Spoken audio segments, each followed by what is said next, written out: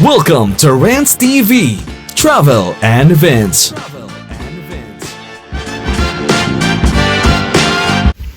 Finally, nandito na po tayo guys sa Mount Pinatubo Crater Lake.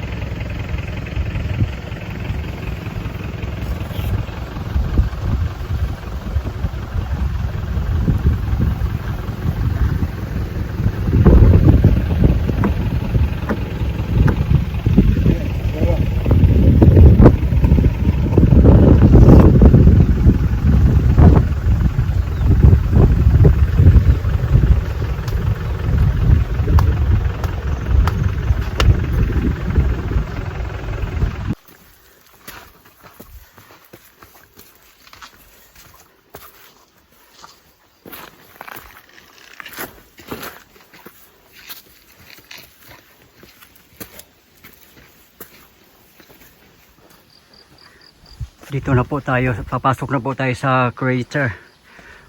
Ayan.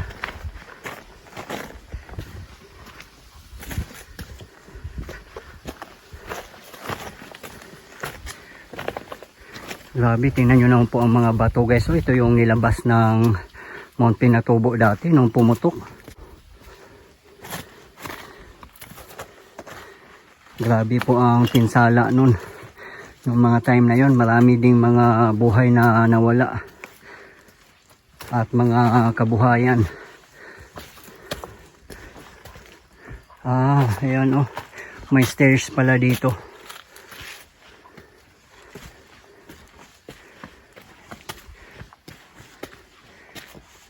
Maganda pala oh, may ginawa silang stairs dito paakyat.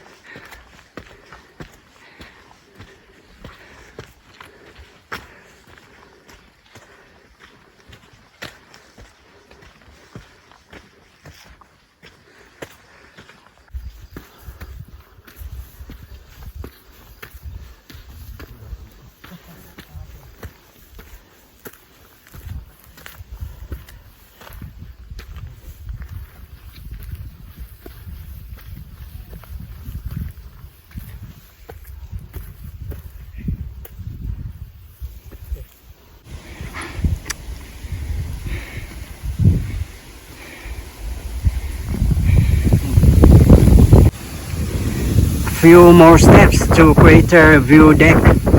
Wow.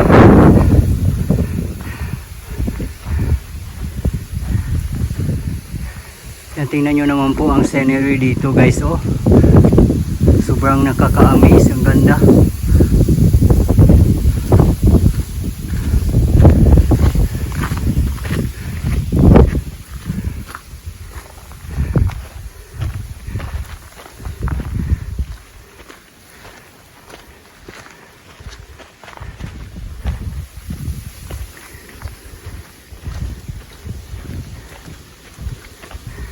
May CR din po dito, ayan oh.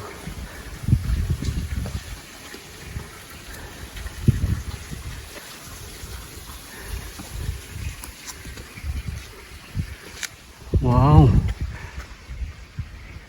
Welcome to Mount Pinatubo Crater Lake. Finally, nandito na po tayo guys.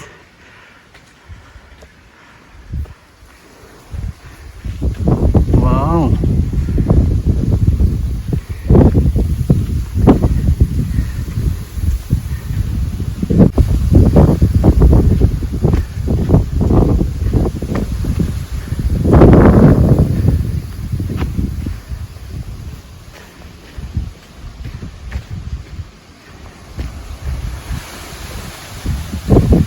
Ayan na po guys oh, natatanaw ko na po ang crater.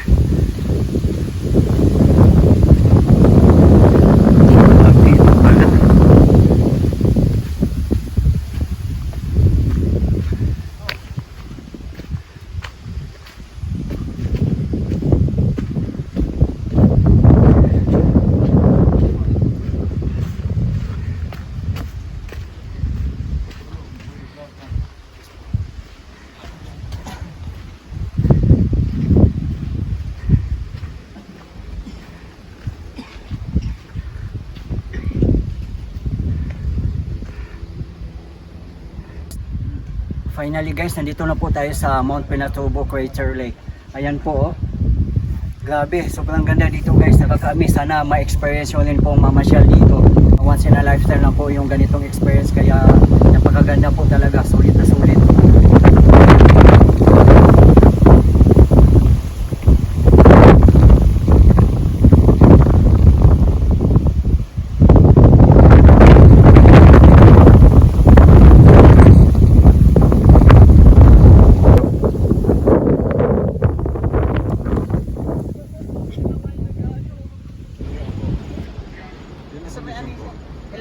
Yan yung mga tour guide natin.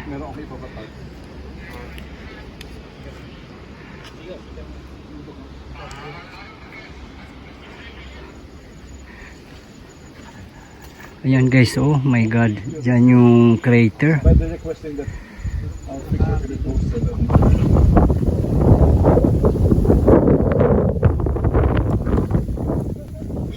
Welcome to Mount Pinatubo Crater Lake.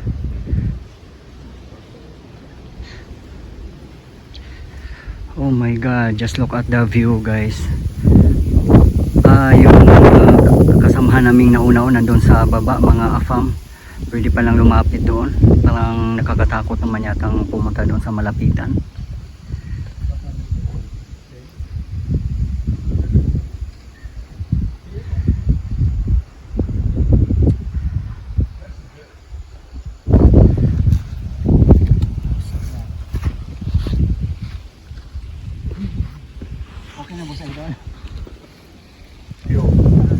Time check 8:30 AM local time.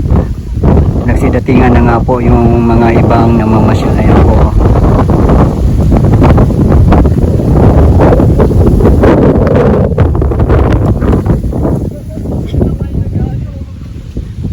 Bababa daw po kami doon sa crater mismo.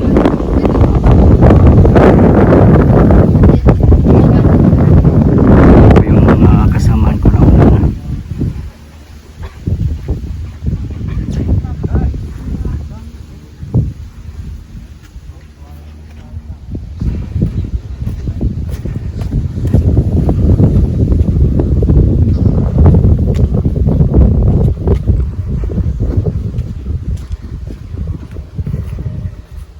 Maganda naman po ang daan dito as you can see.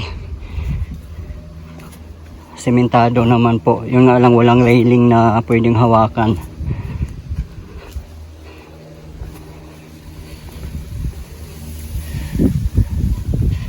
Yan, malawak din po ang crater. Oh.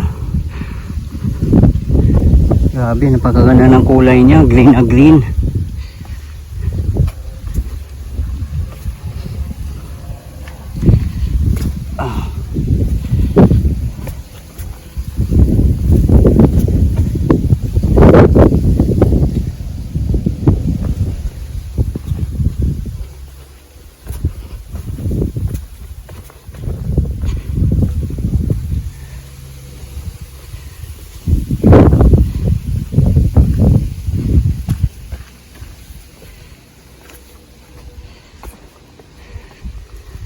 Grabe, matindi din tong dalawang AFAM.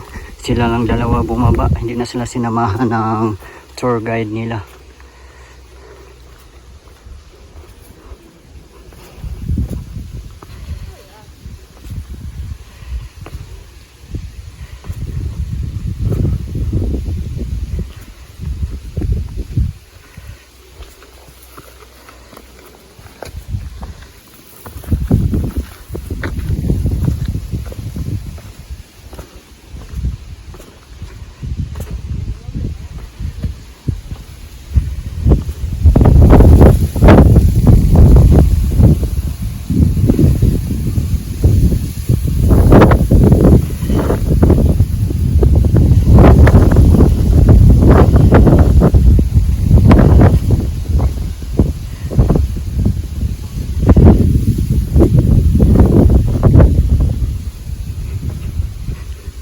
No wonder na ang daming nilabas na mga lava at saka kung ano-ano pa. Kasi napakalawak pala ang crater nito. Ayan po. Oh. Kaya ang laki ng napinsala nung pumutok noong 1991.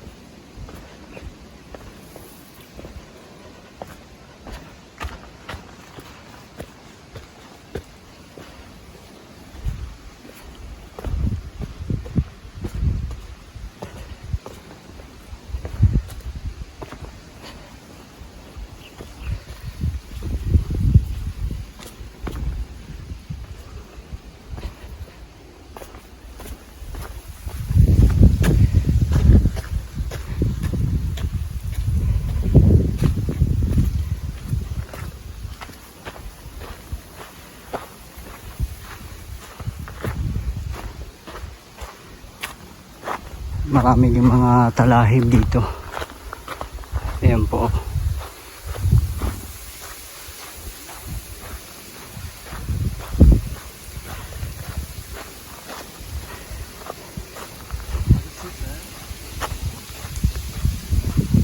Yan, nandito na po kami mismo sa Crater Lake. Ayan po. Grabe ang linaw ng tubig, guys.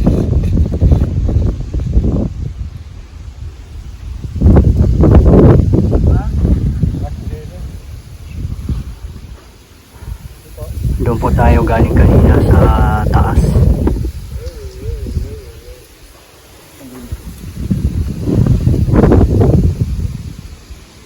Kami mismo sa Crater Lake. Ayun po, sobrang ganda. Pwede ba dito sa inyo? Ay, hindi po pwede. Hindi po. Hawakan, pwede. Pwede po ako. Pwede na hawakan, pero bawal na dito. Ayan o.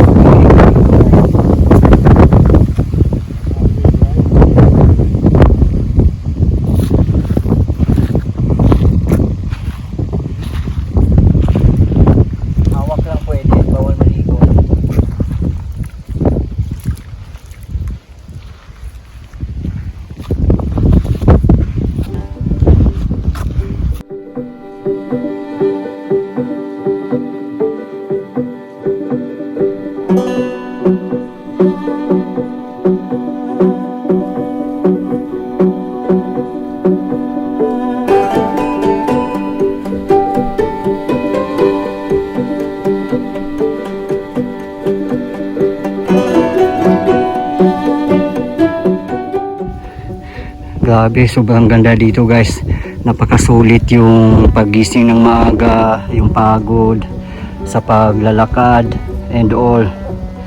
Talagang sulit na sulit at mawawala yung pagod mo kasi napakahaba yung nilakad namin, 6 kilometers, at nasa 2 hours din ang paglalakad namin plus yung 4x4 riding pa na almost 2 hours. Kaya kung mamasyal dito, puyatan po talaga. At yan lang po, meron kang full energy. Kasi nakita nyo naman po yung mga dinaanan natin. Sa mga hindi po nakapanood ng aking mga videos, please panoorin nyo po, guys. At napakasulit pong panoorin. At para magkaroon din po kayo ng idea sa mga dinaanan po namin. Mount Pinatubo eruption, a beautiful disaster. On 15 June 1991, the historical eruption of Mount Pinatubo happened. It has been a dormant volcano for the past 400 years before the 1991 eruption, which is considered as the second largest eruption of the 20th century. Mount Pinatubo expelled massive volcanic materials of more than 1 cubic mile and created an enormous cloud of volcanic ash that turned the day into night over central Luzon. Now it stands as the most famous tourist spot in the municipality of Botolan in the province of Zambales.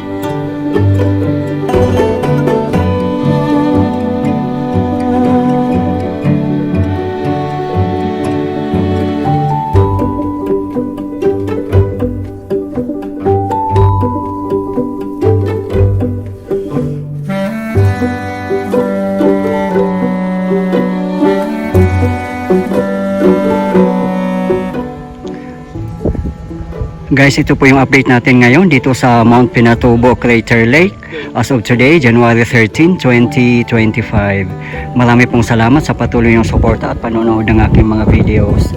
I really appreciate po. At hindi po ako magsasawang i-update kayo, lalong-lalo na po sa mga government infrastructures.